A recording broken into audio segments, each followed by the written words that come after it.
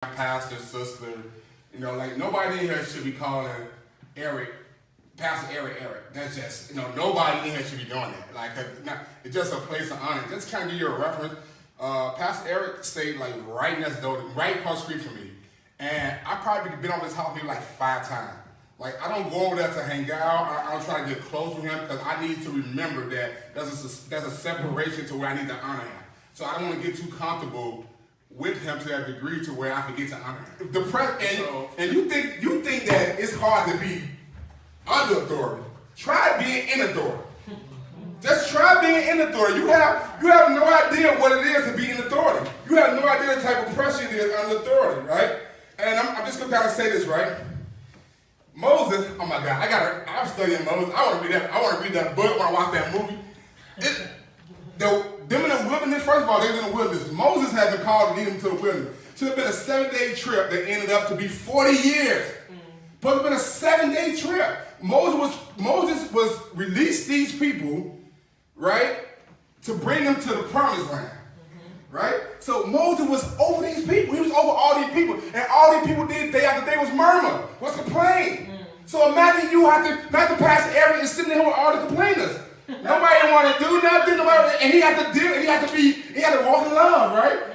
I can't do that. I'm not called to be a pastor. I'm sorry.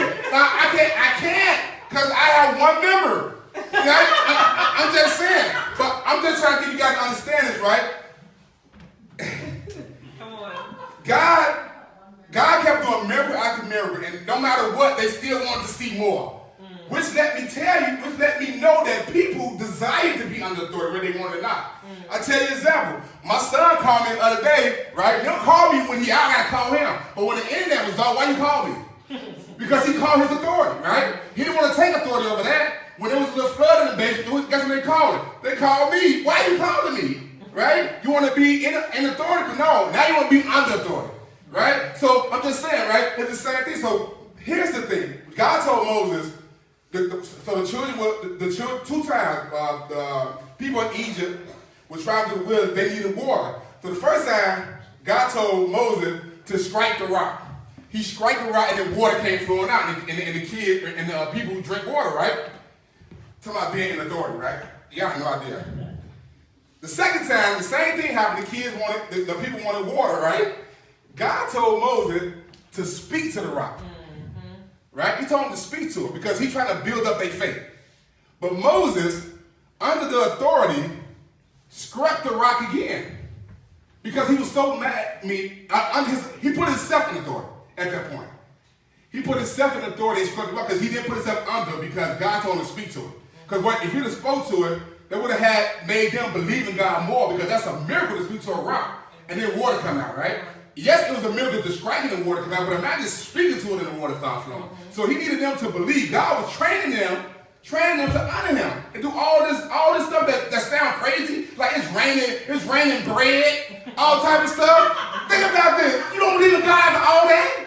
They wasn't ready. God was saying, you're not ready, so Moses speaks to the rock, right? Moses get mad because these people cursing him, trying to stone him, and he struck the rock, right? Because Moses struck the rock, one thing that he did, I don't know if he did, this one thing he did correctly, because he was in authority over all these people. All these people need to be believers of God, right? But because who God put over them, believe in God, because he was not allowed to see the land that he was taking them to. So these people was going to walk to the promised land that he was going to lead them to, but he couldn't even see it. Because he was in authority over the people, and he didn't do what God said to do. So you imagine being under authority, imagine being in authority. And God, when you're in authority, God will go harder. Let me tell you something else. Adam did the same thing. Adam, when Eve bit the apple, God didn't say nothing. The reason why God didn't say nothing to Adam, because God told me to Eve, because God didn't tell Eve to eat the apple. He told Adam.